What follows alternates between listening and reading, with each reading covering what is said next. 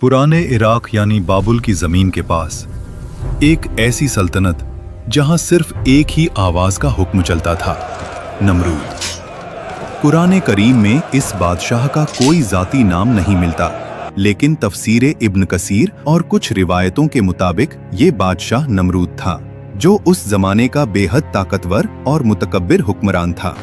लोग उसके कदम की आहट से लरस जाते। उसके महल के साए में शहर खड़े थे और इंसानियत अपनी गर्दन उसके तकब्बुर के आगे झुका चुकी थी। नमरूद कहता, रिज्क मैं देता हूँ, जिंदगी मैं देता हूँ, मौत मेरे हुक्म से होती है। वो न सिर्फ बादशाह था, अपने आप को रब कहता था। एक दिन नमरूद के पास एक नजूमी आया और उसने बताया, एक ऐसा बच्चा पैदा होने वाला है जो तेरी हुकूमत और तेरी खुदा होने के दावे को तोड़ कर रख देगा। नमरूद का चेहरा सुनहरी महलों में भी पीला पड़ गया। उसने हुक्म दिया, अब से कोई माँ बच्चा पैदा ना करे, हर बच्चे को कत्ल कर दिया जाए। गलियों में फरियादें उठी, माओं की आंखों से आंसू बहने लगे और जुल्म के नक्शे कदम खून में डूब गए। लेकिन जिसे अल्लाह बचाना चाहे, वो फिर दुनिया के तमाम दरवाजे बंद करके अपना एक खास दरवाजा खोल देता है। हजरत इब्राहीम अलैहिस्सलाम की वालदा ने एक पहाड़ी गुफा में पनाह ली। हर तरफ गहरी खामोशी। फिर अचानक एक नूर, एक ऐसी रोशनी जो खामोशी को अपनी लहरों में समेटे फैलती चली गई और हजरत इब्राहीम अलैहिस्सलाम की विलादत हुई। उनकी तरबियत चुप रहकर गुफा के अंधेरों में होती रही। जिस वक्त बाहर जुल्म का अंधेरा पूरी फिजा को निगल रहा था, अंदर अल्लाह एक रोशनी तैयार कर रहा था जो आने वाले जमानों की तकदीरें बदल देने वाली थीं। दोस्तों, आज का सवाल, कौन से नबी अलैहिस्सलाम जिन्नों और जानवरों से बात कर सकते थे? अपना जवाब कमेंट्स में लिखिए। और जिन लोगों ने अभी तक सब्सक्राइब नहीं किया, सब्सक्राइब कर लें ताकि हमें मोटिवेशन मिले और ऐसे कंटेंट आप तक पहुंचता रहे। जज़ाकल्लाहु खैर। गुफा से निकलते ही इब्राहीम अलैहिस्सलाम ने अपने आसपास की दुनिया को देखा। तारे, चांद, सूरज सब एक निजाम में चल रहे थे। यहीं से उनका सफर शुरू हुआ। कुरान के मुताबिक इब्राहीम अलैहिस्सलाम के वालिद का नाम आज़र था। वो बुत बनाने वाले एक मशहूर कारखाने के सरबराह थे और इब्राहीम अलैहिस्सलाम की तरबियत बचपन से ही उस बुत परस्त घराने में हुई। हजरत इब्राहीम अलैहिस्सलाम हर चीज को गौर से देखते। उनकी जुबान पर एक सवाल रहता, हक क्या है? कौन है जो मेरे अंदर ये सोच पैदा कर रहा है? यही सवाल उन्हें अजीम बनाने वाला था। उस कौम के लोग सितारों को सजदा करते, चांद को खुदा मानते, सूरज के सामने सर झुकाते, लेकिन फिर सब गायब हो जाते। हजरत इब्राहीम अलैहिस्सलाम का दिल पुकारता, ये सब फानी है, खुदा फानी नहीं हो सकता। जब लोग रास्ते पर गुजरते, बुतों को सजदा करते, दुआएं मांगते, इब्राहीम अलैहिस्सलाम चुप खड़े उन्हें देखते रहते। एक रोज उन्होंने अपनी कौम से पूछा, क्या ये पत्थर तुम्हें सुन सकते हैं? कौम हंस पड़ी। इब्राहीम, ये तो हमारे बाप दादा के माने हुए माबूद हैं। उन्होंने फिर कहा, ये ना तुम्हारा नुकसान रोक सकते हैं, ना तुम्हें कोई फायदा दे सकते हैं, और फिर भी तुम उनकी इबादत करते हो। कौम ने गुस्सा किया, ए इब्राहीम, तुम्हारी जबान बहुत चलती है, मगर ये हमारी आबाओ अजदाद की रिवायत है। लेकिन इब्राहीम अलैहिस्सलाम ने छोड़ना नहीं था। उनका मकसद था तौहीद। देर रात तक, दिन भर इब्राहीम अलैहिस्सलाम हर दरवाजे तक जाकर लोगों को समझाते रहे। तुम्हारा रब वो है जिसने आसमान, जमीन, सितारे, सूरज सब कुछ पैदा किया। मगर बुत परस्त कौम का दिल पत्थर था, उनके बुतों की तरह। एक दिन इब्राहीम अलैहिस्सलाम ने देखा, कौम एक बड़ी खुशी और मेला मनाने गई हुई थी। पूरा शहर खाली। इब्राहीम अलैहिस्सलाम उनकी इबादत गाह में दाखिल हुए। उन्होंने चारों तरफ देखा, गुंबदों में गूंजती खामोशी और उन पत्थरों का जमा हुआ बोझ जो सदियों से लोगों के कंधों पर था। उन्होंने एक गहरी सांस ली।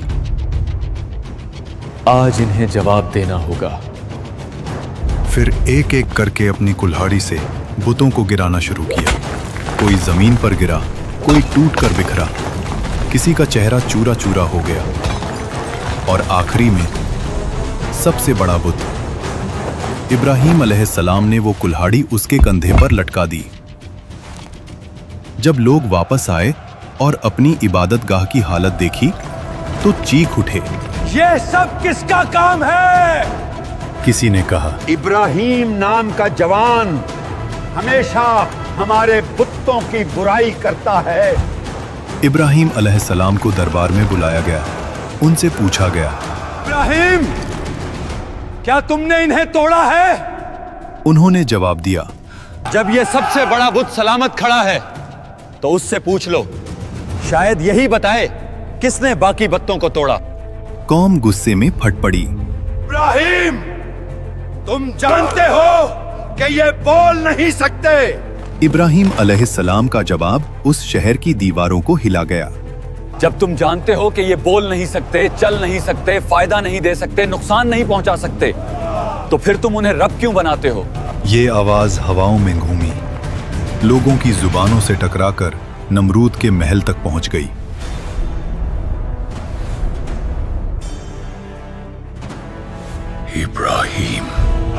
इब्राहिम अलैहिस्सलाम को नमरूद के दरबार में लाया गया। आज यहां कोई आम मुलाकात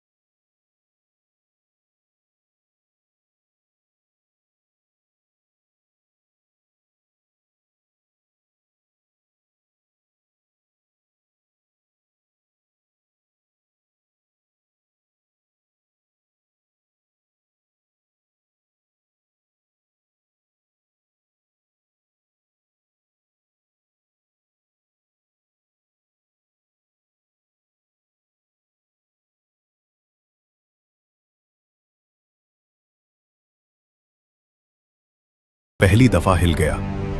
सच हमेशा दो रास्ते देता है, या झुक जाओ या जला दो। नमरूद ने जला देने का रास्ता चुना। उसने हुक्म दिया, सबसे बड़ी आग जलाओ जो इस जमीन ने कभी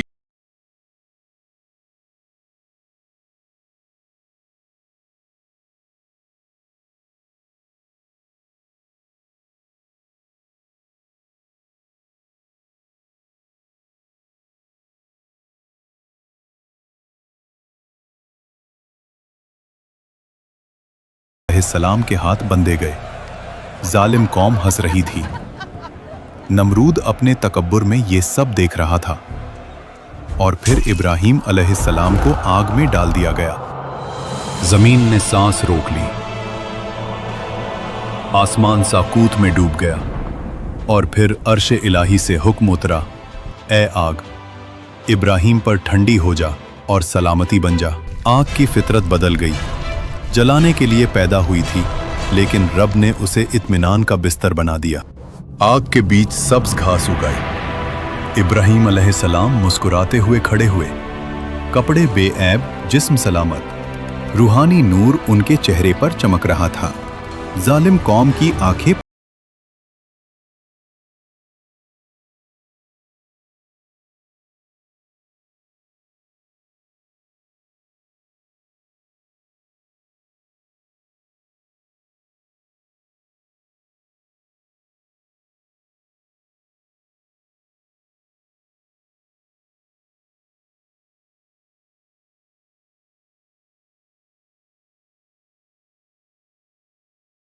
है। पहले एक मच्छर, फिर दो, फिर लाखों। मशालें बुझ जाती हैं, फौज भागती है, घोड़े बेकाबू हो जाते हैं, सिपाही चीखते हुए अपने बादशाह को पुकारते हैं। एक ऐसी मखलूक जो इंसान की नजर में कुछ नहीं, एक अजीम फौज को धूल में मिला देती है।